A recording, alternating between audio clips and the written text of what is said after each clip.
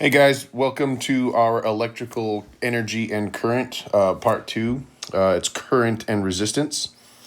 And so we've been talking a lot about charge and what charge means in terms of electrons and protons and positive, negative, and all that. But when we start talking about circuits and how electricity works in general, we need to know charge. And so the first thing that we have is this idea of this electric charge moving. And for us, we call that current. And the easiest way to think about that as water pressure. So you guys know, like when you turn the hose on and you close down the edge, like we talked about in fluid dynamics, we increase the pressure. And so electricity kind of works the same way. So basically what we have here, it's the amount of charge passing through a given area.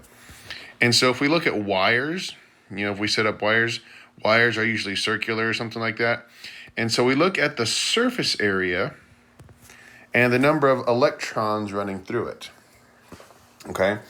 And so one of the first things we have this first question here is, how does the charge, the current change if the number of charge carriers increases? Well, for us, we're going to call the current here would increase. So current increases. So basically, think of it as more water in the pipe. So you would end up getting more water pressure on this one. On the other side, what does the current, or how does the current change if the time interval during the number of charge, during the time interval, if the cross-sectional area increases? Well, here the current would decrease.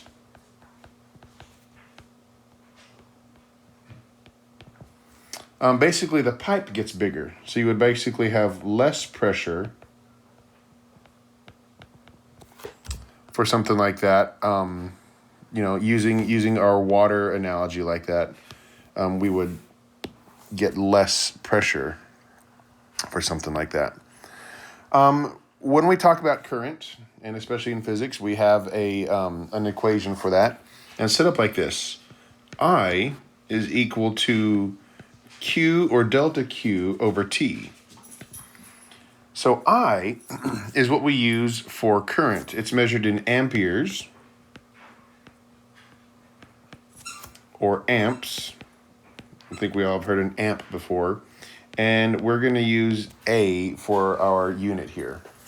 And basically what it is, it's the charge passing through an area divided by a time unit. And so our first example here is pretty straightforward. Have a current in a light bulb or a device that's 8.835 amps. So I is going to be 0.835 amperes, A. The Q will have this total charge here at 1.67 coulombs, and we don't know how long that takes. So we have I equals Q over T. Fill this in, we have 0.835 equals 1.67. That's my Q over T. And then to solve that, I guess we'll go up here, running out of room here. T is equal to 1.67 over 0.835. And when we solve that, we should get about 2 seconds.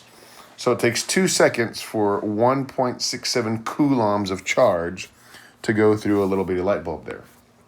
So that's kind of what we're going for when we talk about those things.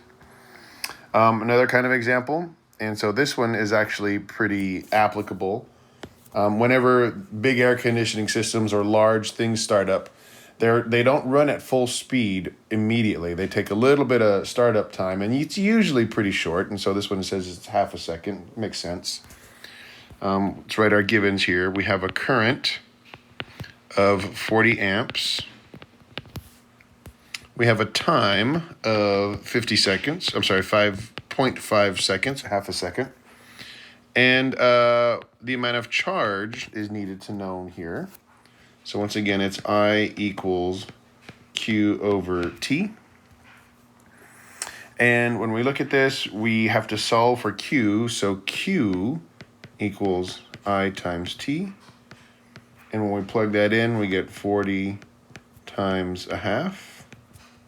So we get 20 coulombs of charge gets passed in through that circuit at a given time, okay? And that's really important. The amount of charge going through a wire is important. When we start thinking about the actual wire itself, but when we're thinking about this, we have to think about the actual material. So this table right here, we use what we call conventional current. And the current that we think of it running through the water, the water running through the pipe, it's actually backwards, okay? If we think of current moving left to right, that means the electrons are moving right to left. And that's kind of crazy. So, when we think about this,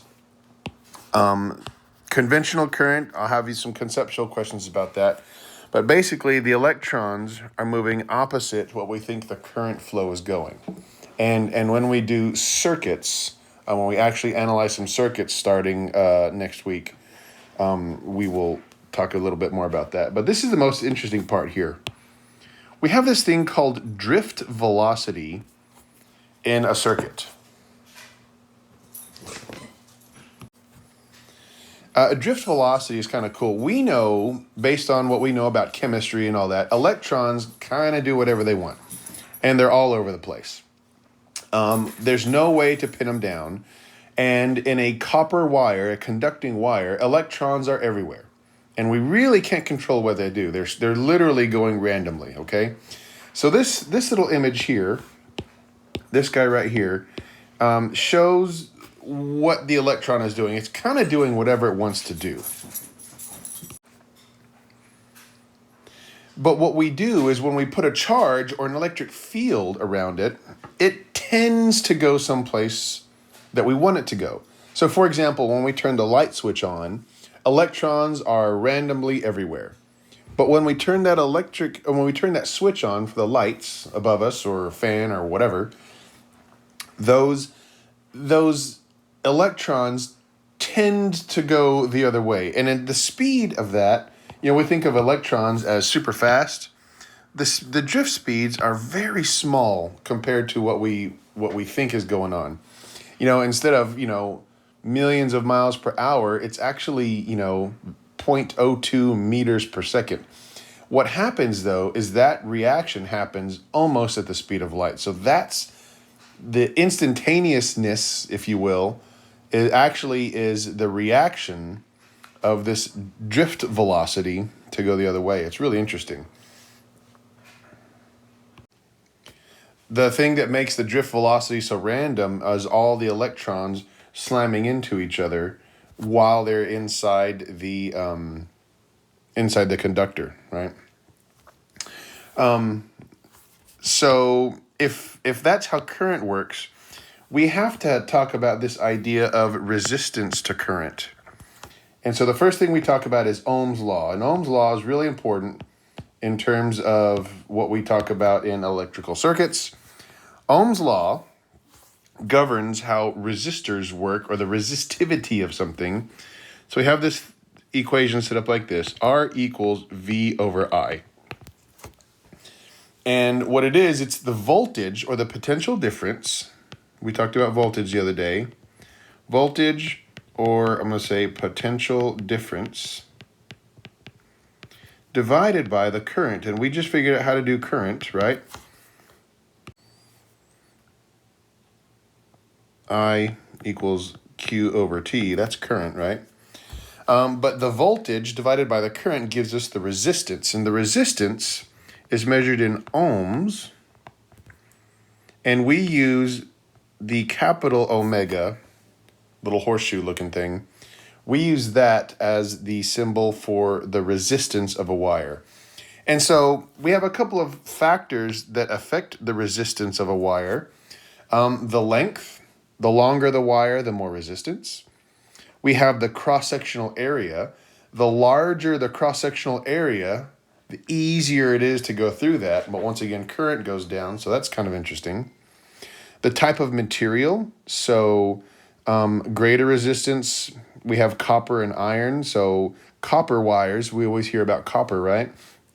Copper is a more conductive material than iron. And then, we have different types of conductors. Obviously, insulators are not good conductors, so they have a much higher resistance.